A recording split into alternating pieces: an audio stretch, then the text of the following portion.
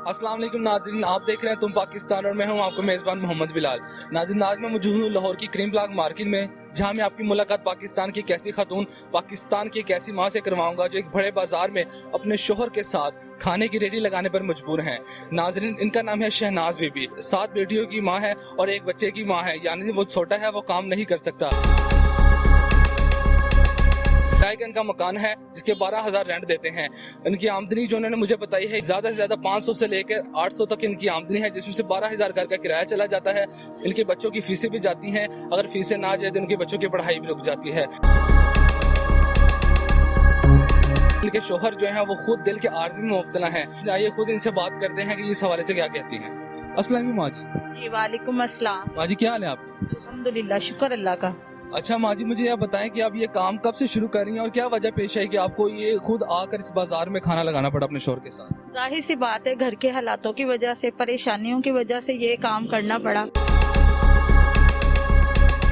जाहिर है कोई आमदनी नहीं है, मेरे मियाँ बीमार है। जाहिर सी बात है, कुछ कोरोना ने इतना परेशान कर दिया, जहाँ नौकरी लगे थे वहाँ से भी छूट गई, और इस वजह से जाहिर है कोई जरिया ना जब हो तो फिर जाहिर है औरतों को मजबूरी के मारे बाहर आना पड़ता है, कोई शौक से तो नहीं आता ना। तो आपके शोहर पहले क्या काम करते थे? ये लगे हुए थे वापडा स्कूल में, मालियों का काम करते थे प्राइवेट, और जब कोरोना आया तो उन्होंने निकाल दिया। तब से वो फिर 3-4 माह फारिग बैठे रहे।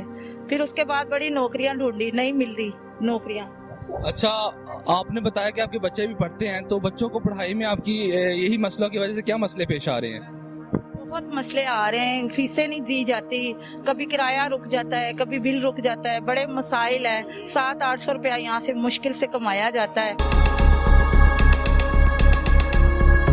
और दिन रात 12-2 बजे तक, 1-1:30-2 बजे तक यहाँ मैं खपती हूँ।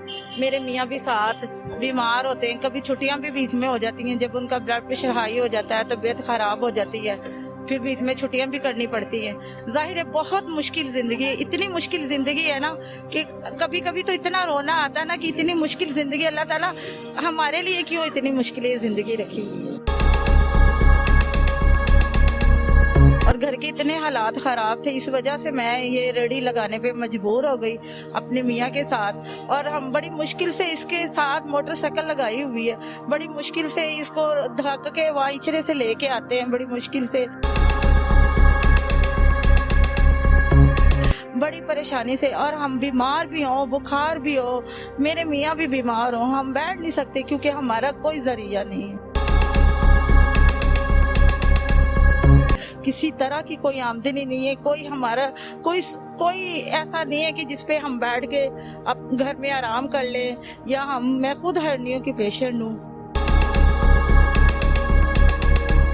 और मेरी बच्चियाँ इतनी ज़हीन है, पढ़ना चाहती हैं, लेकिन मजबूरी ये है कि पैसों, एक मेरी बेटी ने साइंस रखी हुई है, वो 9th में पढ़ रही है, लेकिन वो इतनी बेचारी फीसों से बैठ जाती हैं, जब फीसें नहीं मेरे से दी जाती, बुकें नहीं लाई जाती, उनकी कॉपियाँ वगैरह, उनकी पेंसिल, कभी कभी इस तरह बस बहुत मुश्किल मैनेज करते हैं, भूखा भी सोना पड़ता है। क्या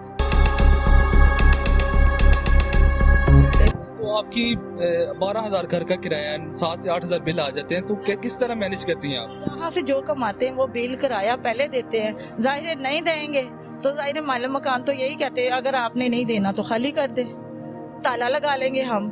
जाहिर सी बात है, अपने पेड़ को भूखा रखकर भी बिल किराया देना पड़ता है। अच्छा, तो क्या कहते हैं, बच्चों के अलावा आपके जो घर के अखराजात है वो भी होते होंगे, आपको वो भी पूरा करना होता होगा, या पे कॉम्प्रोमाइज करके उनको जो दूसरे काम होते हैं उनको खत्म कर देते? नहीं, बस जो है बच्चों के, जाहिर है बच्चियां पढ़ती हैं, वो कपड़े वगैरह, बच्चियों के 100 चीजें होती हैं, बेचारी ऐसे करके गुजारा कर लेती हैं, बस फटे पुराने पहन के गुजारा कर लेती हैं।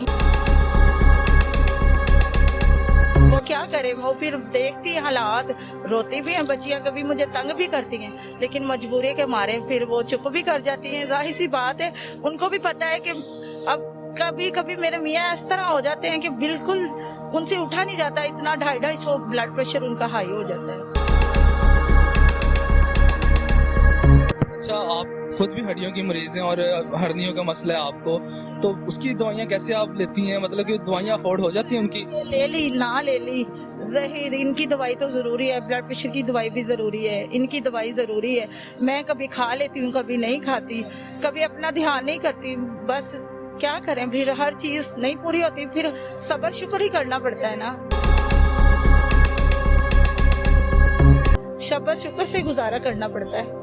अच्छा, आपकी उम्र अब इतनी हो गई है, आपको आराम करना चाहिए घर में बैठ के, तो दुख तो होता होगा कि अब इस एज में हम आराम करते, हमें कोई कमा के खिलाता खुद।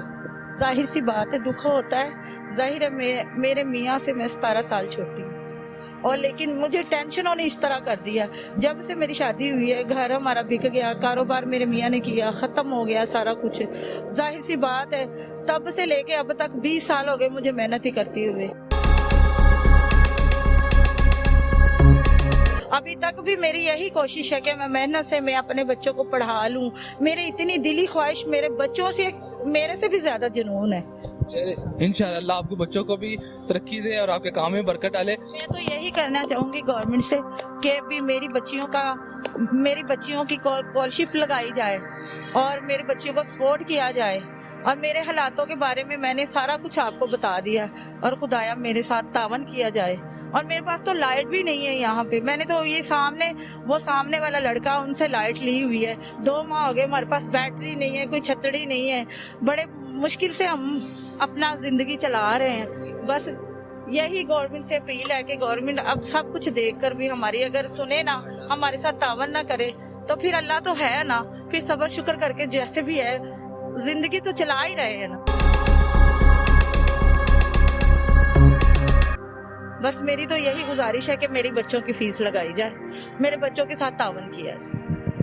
जी नाजरीन, आपने माँ जी की सारी स्टोरी कहानी सुनी है, माँ जी की सारी दास्तान आप सुनी है। अब आप खुद फैसला करें कि आप एक बूढ़ी माँ अपने घर को कैसे चला रही है। 12,000 घर का किराया पे कर रही है और 8 से 7,000 तक उनका घर का बिल चला जाता है। बच्चों की फीसें भी अदा करनी होती हैं। नाज़रीन, अब आप खुद सोचें कि 7 से 500 से 800 तक के जो रोज़ की आमदनी है, उसमें ये कैसा सारा काम सिस्टम चलता होगा। आपके पास भी ऐसी कोई स्टोरी है, आपके पास ऐसा कोई टैलेंट मौजूद है, अगर आप स्क्रीन पर लाना चाहते हैं तो तुम पाकिस्तान की टीम से रब्ता कीजिए। अब आपके टैलेंट, आपकी स्टोरी को स्क्रीन पर लेकर आएंगे। इसी के साथ ही मुझे इजाजत देती है। मिलते हैं आपके साथ अगली वीडियो में। अल्लाह हाफिज।